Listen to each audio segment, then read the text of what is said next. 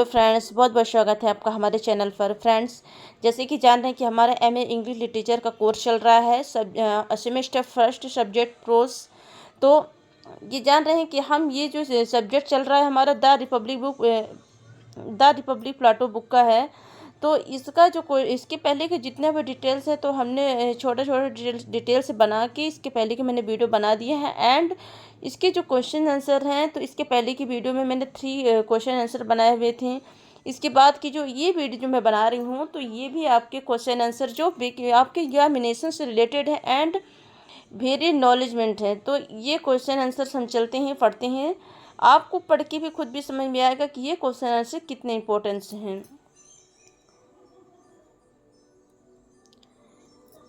Right ए note, जैसे question number first है, right A note on the immediate cause on the composition of the republic. तो क्या कह रहा है क्वेश्चन आंसर, गणतंत्र की रचना के तत्कालीन कारण पर एक टिप्पणी लिखी है ना। तो ये हमारा क्वेश्चन है। तो आंसर हमारा introduction, both Plato and Aristotle were strongly opposed to democracy, a bronze aristocrat Plato and a strong dislike for the populace. In fourth was after a contact with Socrates that a thought writing some things political science and philosophy. Socrates taught him that bestowed in a knowledge। तो क्या कह रहा है यहाँ पर कि परिचय, प्लेटो और अरस्तु दोनों क्या थे, लोकतंत्र के प्रबल विरोधी थी। जन्मजात अभिजात प्लेटो को जनता के प्रति गहरी नापसंदगी थी। आगे सुकरात के संपर्क के बाद उन्होंने राजनीतिक विज्ञान और दर्शन शास्त्र पर लिखने के बारे में कुछ सोचा, पर जो प्लेटो का जो सिखाया हुआ जो ज्ञान था तो सुकरात ने ही उन्हें मतलब सद्गुण जान दिया था, जो सामान्य रूप से राजनीतिक दर्शन विशेष रूप से द रिपब्लिक बुक पर उनकी बुक जो है तो उनके प्रमुख सिद्धांत जो हैं तो प्रतिपादन है। तो जो बुक हम लोगों ने पढ़ा है डिटेल्स, तो इसमें मतलब प्लेटो और सुकरात दोनों के मतलब जो सिद्धांत हैं तो ये ही बुक में मतलब उनके सारे सिद्धांत जो हैं तो दिए हुए हैं। तो इसके बारे में आगे भी क्या कह रहा है यहाँ पर कि जो टिप्पणी के बारे में बोल रहा है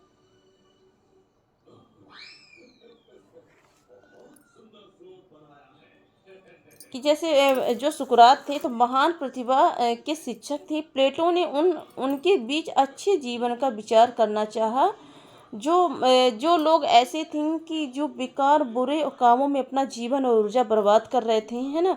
तो यहाँ पे प्लेटो का कहना ये था कि राज व्यक्तियों की सामूहिक इच्छा है कि मतलब जितने भी आदमी हैं साथ साथ राज्यों को बेहतर बनाने की थी, है ना। और लेकिन जो मतलब उस समय सबसे लोकप्रिय विषय क्या था, प्लाटो ने लोकतंत्र की सुगत बहुमुखी प्रतिभा के बारे में वाकपटुता से मतलब बड़े प्यार से बात की, तो प्लेटो ने उनसे मतलब नज़रें नहीं मिला सकी। इसके आगे का क्या कह रहा है, मतलब ये सारे जो टॉपिक्स हैं आप हिंदी पढ़ो या इंग्लिश दोनों में आपके हैं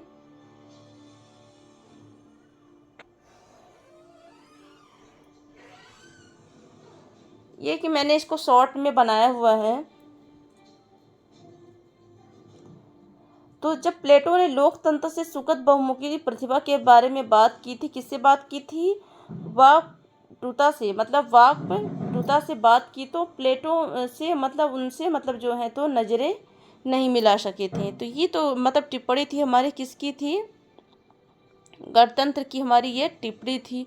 तो इसको मैंने शॉर्ट में बनाया था ताकि आपको प्रॉब्लम्स ना हो जैसे आंसर याद करने में या समझने में, है ना, पेपर के लिए।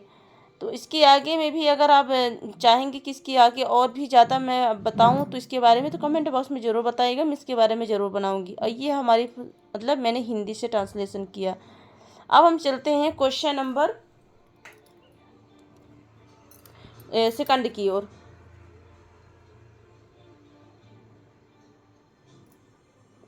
क्वेश्चन आंसर हमारा कह रहा है, throw light on the historical background of the republic. तो क्या क्वेश्चन हमारा, गणतंत्र की ऐतिहासिक पृष्ठभूमि पर प्रकाश डालना है इसमें, है ना। नो लिटरेरी और political work can be fully appreciated unless we know its historical background, its gist of the spirit of the age। तो क्या कह रहे हैं यहाँ पर, किसी भी साहित्यिक या राजनीतिक कार्य तब तक पूरी सराहना नहीं की जा सकती जब तक हम उसकी ऐतिहासिक पृष्ठभूमि, उसकी युग चेतना या युग की भावना को हम नहीं जानते हैं। The republic A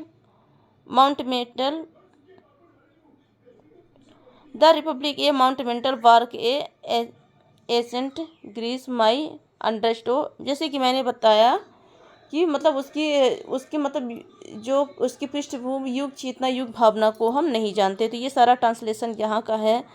the culture, educational, moral, political and economic condition of the age when it was written. तो क्या कह रहा है, जब तक हम उस युग की उम्र, सांस्कृतिक, शैक्षिक, नैतिक और राजनीतिक और आर्थिक स्थिति को जानते हैं जब इसे लिखा गया था। तो ये मतलब गणतंत्र की ऐतिहासिक मतलब पुरानी जो उसकी पृष्ठभूमि है उसके बारे में मतलब प्रकाश डालना, उसके बारे में मतलब लिखना है ना। तो ये कुछ इस प्रकार से ही है। तो इसके बारे में जो आप अगर आप किसी भी क्वेश्चन आंसर में अगर आप हेडिंग डालकर लिखते हैं तो आपको नॉलेज तो मिलेगा, साथ साथ में आपके नंबर्स भी मतलब काफ़ी अच्छे आएंगे। तो ये मतलब ये सारा जो मैंने बनाया यहाँ पे, तो उसकी तो पृष्ठभूमि हो गई, यहाँ पे पूरा लिखा हुआ है। अब इसके बारे में चलिए हम हेडिंग के बारे में बताते हैं कि हेडिंग आपको कैसे कितनी बनानी है। तो हेडिंग अगर आप मैंने तो हेडिंग केवल 5 बनाया है ना। तो आप चाहे तो आप इसकी हेडिंग को थोड़ा सा और भी मतलब बड़ा बना सकते हैं आप, है ना, क्योंकि मैंने ज़्यादा बड़ा नहीं बनाया है, क्योंकि ऑलरेडी जब आप इस 5 डिटेल्स के बारे में लिखेंगे, आप इस टॉपिक को लिखेंगे और इसके आगे डिटेल्स को लिखेंगे तो ऑलरेडी थोड़ा ज़्यादा बड़ा हो जाएगा। बाकी आपके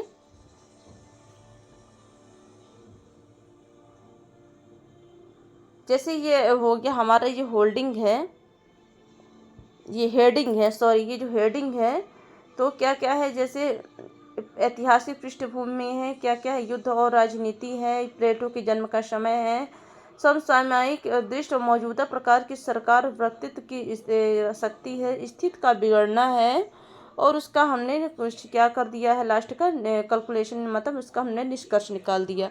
तो मुझे जो इम्पोर्टेंस टॉप हेडिंग लगा तो मैंने ये 5 हेडिंग्स मैंने आपके लिए लिख दिया यहाँ पर, है ना। अब ये जितनी 5 हेडिंग्स हैं, जैसे फर्स्ट क्या है, वार ए पॉलिटिकल्स वार। तो ये जो हेडिंग फर्स्ट हेडिंग का है डिटेल्स, जैसे जो एथेंस थे तो हमेशा मतलब एथेंस का जो विचार था इसमें, तो शांति स्थिति में रहने का लक्ष्य नहीं रख सकता था, है ना, अक्सर युद्ध के लिए तैयार किया जाता था। तो यहाँ पे युद्ध और राजनीति की कुछ एथेंस के बारे में हम जानेंगे, है ना। और जैसे at the time of the Plato birth, जैसे प्लेटो को जन्म का समय जो था तो उस समय कैसा था, है ना। तो जब प्लेटो का जन्म का समय था तब वह मतलब संस्कृत का जो सभ्यता तो चरम सीमा तक पहुंच गया था, इसलिए मतलब समय जो उस समय का समय था तो समृद्ध और संस्कृत विरासत में मिली, जो समय के साथ विकसित हुई एक जन्मजात कुलीन व्यक्ति के रूप में राजनीति में माहौल में सांस ली मतलब। और वहाँ के जो लोग थे तो मतलब एक सफल राजनीतिक कैरियर शुरू करने के लिए प्रेरित किया गया। उन्होंने गंभीरता से देखा कैसे प्रयासों के बावजूद एथेंस को लोकतांत्रिक में युद्ध में पूरी तरह से नष्ट कर दिया गया था। मतलब उस समय प्लेटो का जन्म का जो समय था तो लगभग मतलब पॉजिटिव से थोड़ा बहुत था, लेकिन राजनीति तो राजनीति होती है ना। तो यहाँ पे हम इसके बारे में थोड़ा जानेंगे। अब हम चलते हैं इसमें, जैसे समसामयिक दृश्य और मौजूदा प्रकार की सरकार और व्यक्तित्व की शक्ति, है ना। जैसे contemporary sense of the exciting type of the government and power of the authority. तो ये क्या कह रहे हैं, समसामयिक और दृश्य और मौजूदा प्रकार की सरकार और व्यक्तित्व की शक्ति। तो यहाँ पे ये कह रहा है कि प्लेटो ने क्या किया था, प्लेटो ने समकालीन चीन को विद्रोही पाया और विदेश चला गया। अन्य स्थिति में कोई बेहतर साबित नहीं हुई और वह घर लौटाया और छोड़ दिया। मतलब यहाँ पे जो सक्रिय राजनीति का विचार करे, जो वर्षों तक उनका पोषित सपना था, उन्होंने एक शिक्षक नियुक्त किया और उसने वही सिखाया जो उसने उसे मतलब गुरु ने सिखाया था।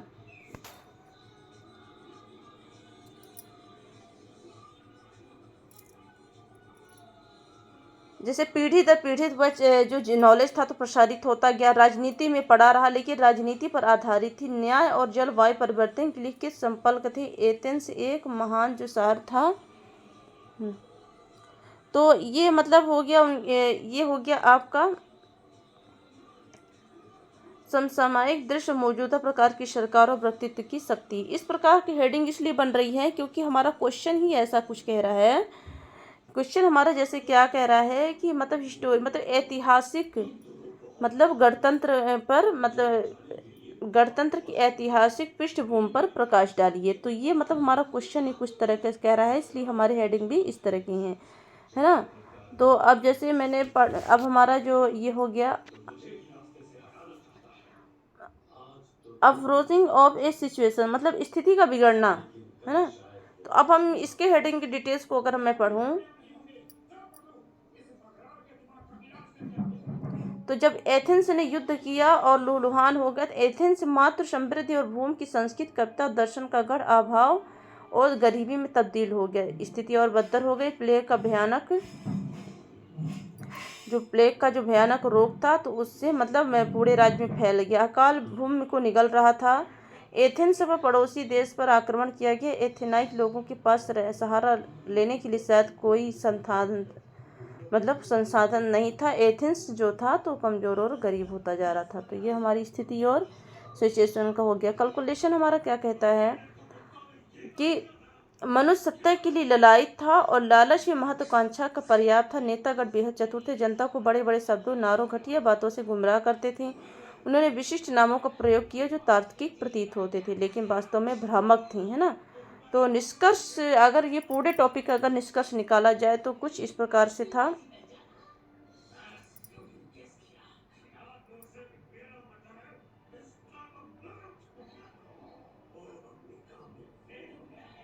है ना, तो इसको आप पूरा पढ़ लीजिएगा। ये मेरा पूरा हिंदी ट्रांसलेशन है। अब हम चलते हैं क्वेश्चन नंबर 3 की ओर। Describe the basic problem of the republic. तो क्या कह रहा है यहाँ पर, गणतंत्र की मूल समस्याओं का वर्णन कीजिए।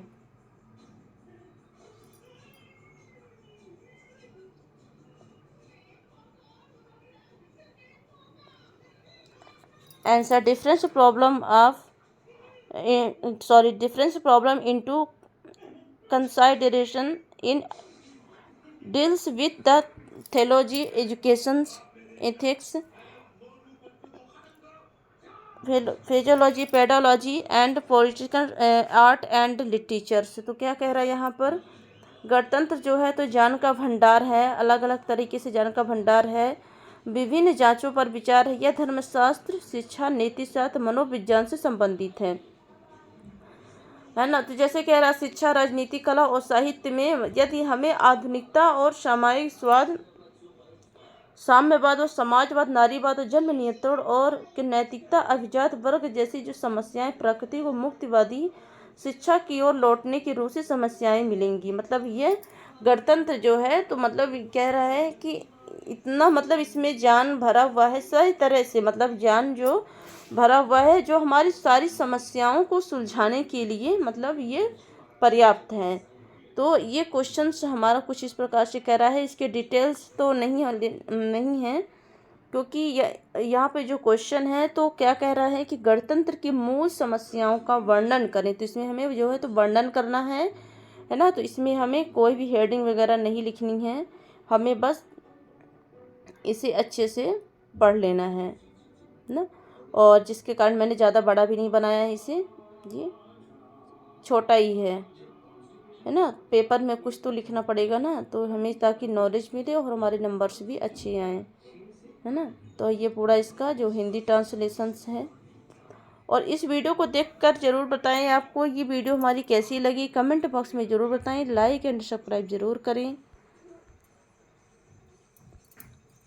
क्योंकि जितने भी क्वेश्चंस मैंने बनाए हैं इसमें सब आपके एग्ज़ाम से रिलेटेड हैं और आपके जो टॉपिक है, आपके जो चैप्टर है उससे ही रिलेटेड है। कोई भी क्वेश्चन मतलब बाहर का नहीं है। और आप जो जन्म जैसे कि आपके प्लेटो की जो रचनाएं हैं उनका जन्म है और उनका जो मित्र है और उनके जीवन के जो कार्य हैं उनके बारे में मैं वीडियो बनाऊंगी, तो उसको ज़रूर पढ़ लीजिएगा। क्योंकि वही चीज़ें जो हैं तो एग्ज़ाम के टाइम पर अक्सर भूल जाती हैं, है ना। उसके लिए आपको थोड़ा सा अलग से समय, ये क्वेश्चन आंसर के लिए अलग से समय निकालिए। और ये जो मेन जो टॉपिक है, जो छोटे छोटे, जैसे उनका जन्म हो गया, समय हो गया, उनकी रचनाएं हो गई, उनके जो प्रमुख कार्य हैं, उनके सामाजिक कार्य हैं, तो ये मतलब बहुत सारी चीज़ें हैं जो उनके अंदर में पढ़ना होता है। उनके लिए भी आप अलग से समय निकालिए, है ना। तो आपको ये वीडियो हमारी कैसी लगी आप कमेंट बॉक्स में ज़रूर बताएं। जहाँ पे भी आपको प्रॉब्लम्स हो तो उसके बारे में हमें बताएं, ताकि हम आपकी प्रॉब्लम को सॉल्व करें और आपके लिए अच्छे से अच्छी इसी तरह की वीडियो हम आपके लिए ला सकें। Thank you.